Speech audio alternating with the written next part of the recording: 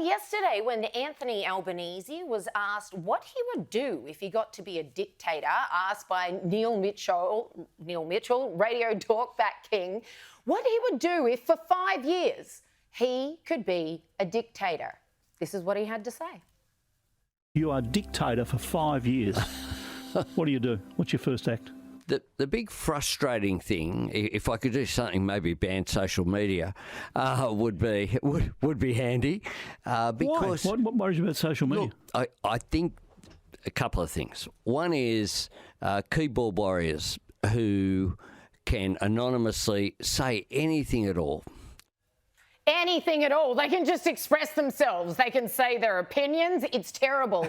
Of course, he's already halfway there, getting his screws into these people with his combating misunformation, disinformation bill. Like, that's not dystopian enough, tyrannical enough. Now he's like, well, actually, if I could, I'd just get rid of the whole thing. Unbelievable. I mean, it was very revealing to me because for 5 years you can do anything you want, right?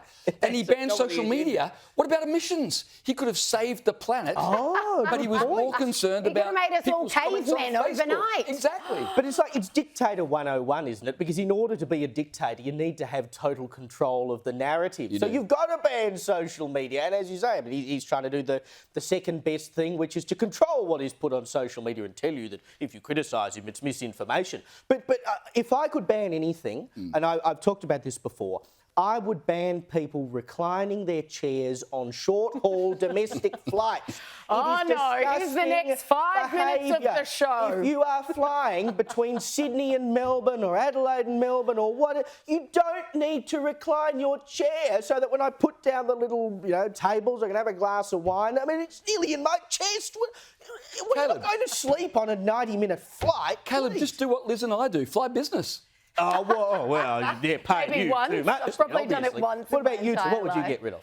I would ban, literally, bring back corporal punishment, capital punishment even, for people who chew in libraries. When I was back at uni last year doing the JD, the people who chewed in the library, which is otherwise sacrosanct, like there's no talking allowed in there, but they would bring in crackers, they would bring in chips, they would bring in carrots, and I am one of those people who, I think it's an actual disorder, it just makes me ropeable.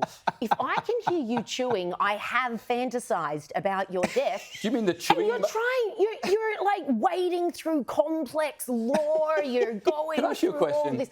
Do you reckon chewing is a disorder or becoming ropeable over people's chewing is a disorder? No, the ropeableness. I know that there's a name for it, and I'm like, whatever it is, I have it, but it shouldn't be allowed. I'd rather someone quietly talking in a corner than masticating their food, and I have to listen to it. Wrong. All right, well, speaking of food, wrong. if I could ban anything, it would be those self-service checkouts at Woolies and Coles. I hate them with a passion. And I will take I did this the other day. I had to buy some toothpaste. I took my one tube of toothpaste and I waited in line 5.5 minutes to have some woman scan it for me because I am not using the self-service thing on principle. And you can imagine how smugly triumphant. I even use the little divider things that separate your groceries from everybody else's. For your one tube of toothpaste. The only thing I hate about those things are the ones that film you. So you're scanning your groceries and you're looking at yourself like, why is this necessary? Big Brother is watching.